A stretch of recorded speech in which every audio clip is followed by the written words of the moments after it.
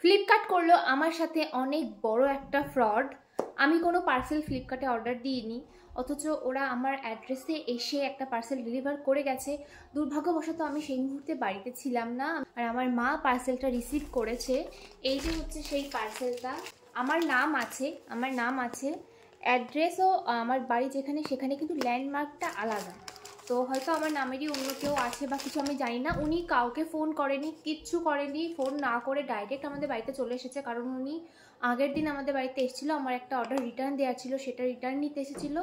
আর উনি আজও phone tone না করে ভেবেছে এটা আমারই অর্ডার, সেজন্য উনি আজকে আবার এটা দিয়ে চলে গেছে। আর আমার মা এত অনলাইন শপিং করে না, বোঝেও না, সেজন্য মা রিসিভ করেছে। একসাথে ওপেন করি তোমাদের সামনে রেখেই, মানে আমি একটা প্রুফ রেখে এটাকে ওপেন করছি, দেখি এটার মধ্যে কি আছে।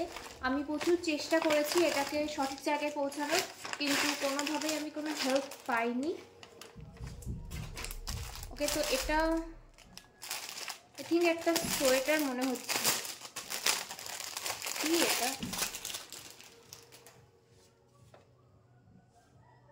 ও মাই গড ভাই,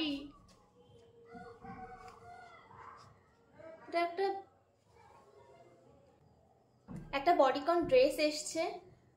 আর বিশ্বাস করো, আমার এই ধরনের ড্রেস একদমই পছন্দ না। এটা সাইজ আছে এক্সেল আর আমার লাগে এস। এটা আমি পরতেও পারবো না, আর পারলেও আমি হয়তো পরতামও না। এটা প্রচুর বড়, হিউজ। আমি অনেক চেষ্টা করেছি এটাকে ফেরত দেওয়ার, শেষ পর্যন্ত আমি খুঁজে পাইনি তাকে।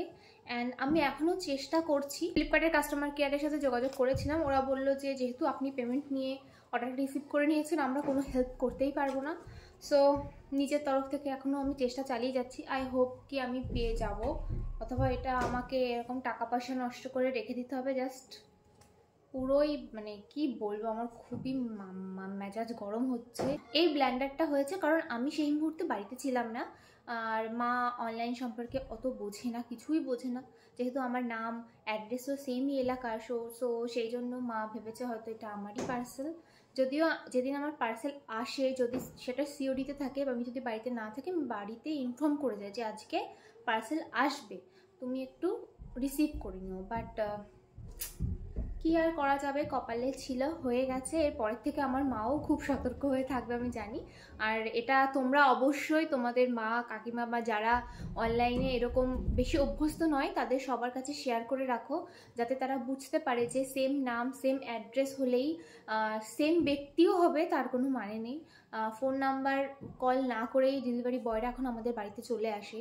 আর আমাদের বাড়িতে এর আগেও অনেকবার এসেছে আমার নামে, কিন্তু আমি যেহেতু বাড়িতে ছিলাম সেহেতু আমি ওনাদেরকে বোঝাতে পেরেছি সেম নাম আমার নাম হলে কি এটা আমি নই। আর আপনারা তো আমাকে কোনো কলও করেননি, তো আমি তাদেরকে আমার ফ্লিপকার্ট অ্যাকাউন্টটা খুলে দেখাতে পেরেছি যে দেখুন আমার অ্যাকাউন্ট থেকে কোনো পার্সেল অর্ডার করা ছিল না, আপনারা খুঁজে নেন যে কার। সেটা তো আর আমার দায়িত্ব না অ্যাড্রেস খুঁজে দেওয়ার, তাই না? সেই সময়গুলো রক্ষা ছিল কারণ আমি বাড়িতে ছিলাম, আমি ব্যাপারটা ঠিকঠাক করে হ্যান্ডেল করতে পেরেছি। আর যেহেতু আমার মা কাকিমারাই বাড়িতে ছিল, আর ওনারা এই সম্পর্কে সত্যি বলছে কেউ বোঝে না। এর আগে এই সেম জিনিস আমার ছর্দির সাথে হয়েছে, আর সেটা ছর্দি নিজেই ভুলভাল করে রিসিভ করে নিয়েছিল। আর তারপরে আবার সেই একই জিনিস আমার মাও করবে সেটা আমি ভাবতে পারিনি, কারণ আগে একটা এরকম ঘটনা আমাদের বাড়িতে ঘটে গেছে। ওর সেম নামেরই পার্সেল এসেছিলো, আর ডেলিভারি বয় যেহেতু আমাদের বাড়িটা চেনে, তো উনি ফোন টোন না করেই চলে এসেছিলো। সো কি আর করা যাবে। আমি এটা এই জন্য শেয়ার করলাম যাতে তোমরা সবাই খুব সতর্ক থাকো। দেখো আমাদের এই ড্রেসটা তোমরা দেখে বুঝতেই পারছো, ড্রেসটা খুব বেশি দামের না। এটা 300 টাকা, হতেও তো পারতো 3000 টাকা, আমার মা হয়তো নিয়ে নিত। আর মানে 300 টাকা বলে হয়তো খুব বেশি কারোর গায়ে লাগবে না, কিন্তু আমার ভীষণ গায়ে লাগছে ভাই, কারণ আমি নিজে টাকা ইনকাম করা শুরু করেছি। আর আমি জানি যে এক টাকা রোজগার করতে কত কষ্ট করতে হয় সবাইকে, যতই হোক। কেউ স্যালারি পাচ্ছে 1 লাখ বা মাসে 1 লাখ থেকে 2 লাখ আসছে, সেও জানে যে এক টাকা ইনকাম করতে প্রচুর কষ্ট হয়। তো আমার সত্যি কথা বলতে ভীষণই কষ্ট হচ্ছে এই ড্রেসটা দেখে। এটা আমার একদম পছন্দ হয়নি, আর পুরো বেকার, আর আমার সাইজেরও না। আমি জানি না এটা নিয়ে আমি কী করবো, আমি এখনও খোঁজার চেষ্টা করছি। আর আমি যদি এটা ওনার পেয়ে যাই তাহলে তো তোমাদের সাথে আবার ভিডিওটা শেয়ার করব।